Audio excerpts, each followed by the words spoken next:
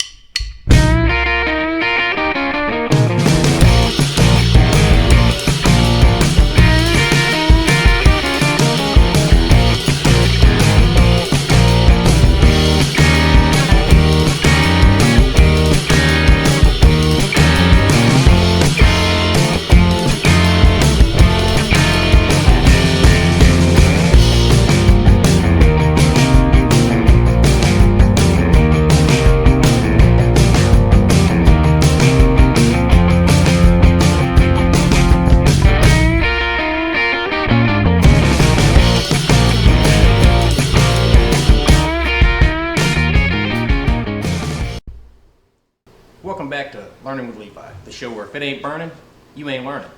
Today, we're going to talk about welding. And don't get any ideas and go down into the comments and act like I'm a professional welder and I'm out there welding high pressure steel pipes or anything like that. This is for shop settings like this. Maybe you're a hobbyist, maybe you've got to do a repair on your old tractor or your lawnmower. This is going to be the video for you. Today we're going to explain the differences between welders, what shielding gas is for, safety precautions, things like that. So come on in and join us. Alright, so what you'll see here is my welding cart, and on it I have a MIG welder and a stick welder. My MIG welder here runs off of argon gas with steel cord wire, or it can run off of flux cord wire. I prefer MIG. My arc welder here is for thicker metals, usually above 1/4 of an inch. Amperages are a lot higher, you got a lot of variety in your welding electrodes and things like that. But for the most part, I use MIG welding. In a shop like this, I don't have many things that I have to weld or repair or build that go above 1/4 of an inch in mild steel. So that's what I tend to use. Comment down below what kind of welders you like to use. That way, I guess you can feel like you're participating in some kind of way. I mean, we're not going to read your comments, but you can try. So the equipment that I choose is pretty much based on my needs. In a shop like this, I'm doing minor repairs to equipment, fabricating something every once in a while. I don't need a $5,000 MIG welder to do what I do. And if you're watching this video hoping to learn something about welding, let's be honest, you're not a professional. You don't need any of that crap either.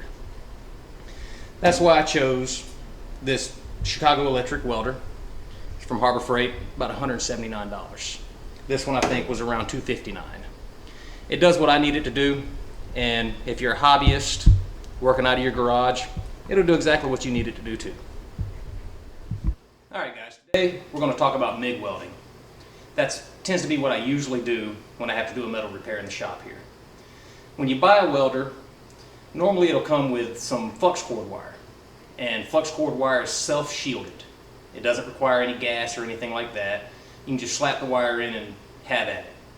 But I prefer MIG welding. MIG welding is a lot cleaner and it's a lot better to use in enclosed environments like a shop. It doesn't produce as much smoke and gas. One of the things that you'll need for MIG welding is a tank filled with argon and carbon dioxide as shielding gas. Hey Andrew, why don't you come tell everybody what shielding gas is? Well, shielding gas is when you're in the bathroom trying to fire off a couple knuckle children and you let out a big fart so your wife is none the wiser. Yeah, I meant shielding gas for a welder. Well, you are a welder. For the machine. Oh. Alright, shielding gas, it's usually argon and carbon dioxide for MIG welding. It pumps out of the head and it is pumped over your weld pool to protect it from the air in the atmosphere. The oxygen and nitrogen and things like that in the atmosphere can get trapped in the weld pool. It can cause corrosion, porosity, and it weakens your weld. And we don't want that. All right, so before I get started welding and throw a couple beads down for you, let's talk a little bit about safety. Andrew, what's the #1 safety rule when welding? Always stare directly into the weld and keep your eyes open as long as you can without blinking so that you can see exactly what you're doing and you don't mess up.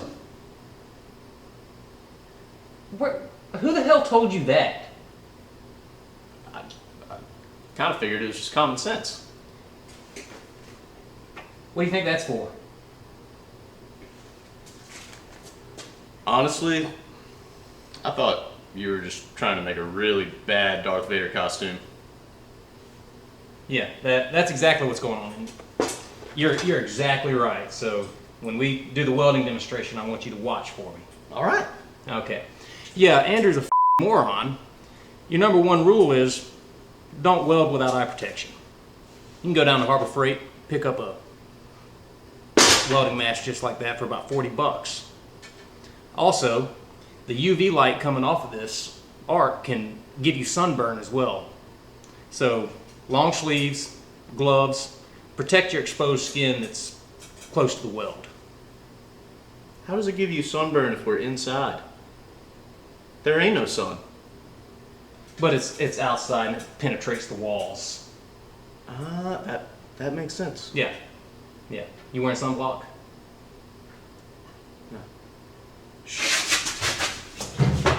All right, guys. I'm gonna throw a bead down on this angle iron here, give you a little demonstration. I don't really have anything I need to build or anything like that, so it's just gonna be a demonstration of the welding. Hey, Andrew, are you watching? Very closely. Perfect. Let's do this.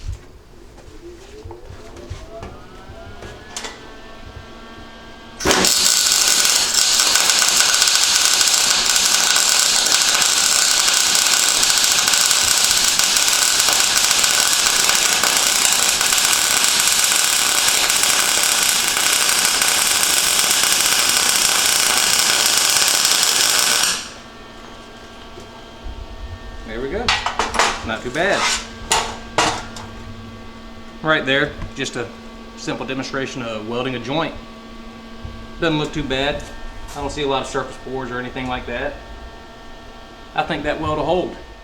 I'm gonna do a little more welding with the MIG welder here because I like to make sparks and make burn, so I'm gonna do a couple more beads and then we'll move on to stick welding.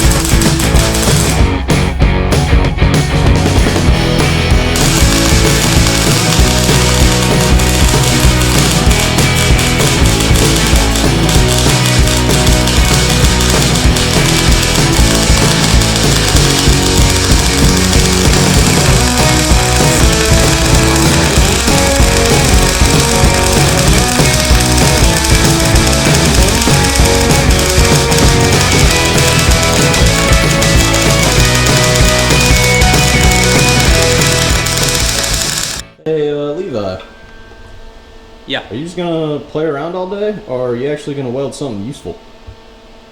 How about I weld your belt buckle to your forehead? No. Now we're going to talk a little bit about stick welding. It's a little bit different. Well, hell, it's a lot different.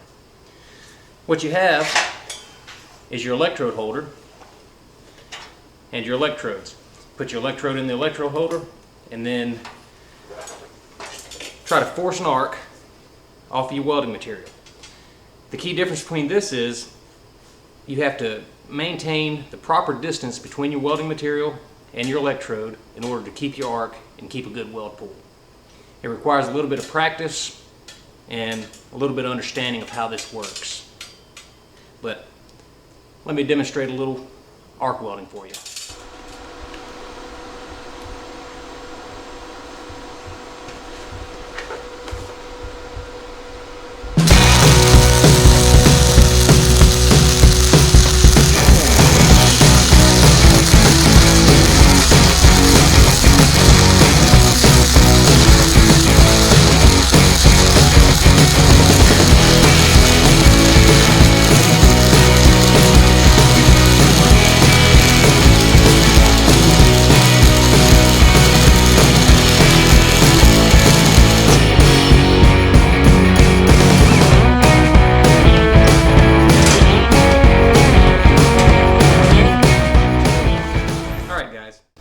here's our bead from our stick weld. The first thing you'll probably notice is this dark colored coating over the weld bead. That's slag, and that comes from the flux coating on this electrode. This flux coating is what protects your weld from the atmosphere, much like the argon and CO2 gas does with the Mig welder. This melts over, covers it up, and keeps it from coming in contact with the atmosphere. So let's break this slag off and take a look at this weld.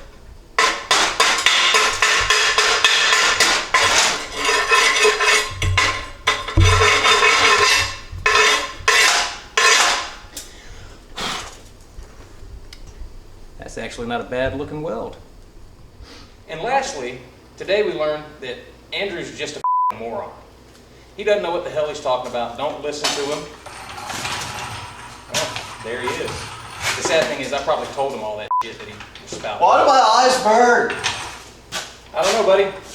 But anyway, thanks for tuning in to Learning with Levi, the show where if it ain't burning, you ain't learning.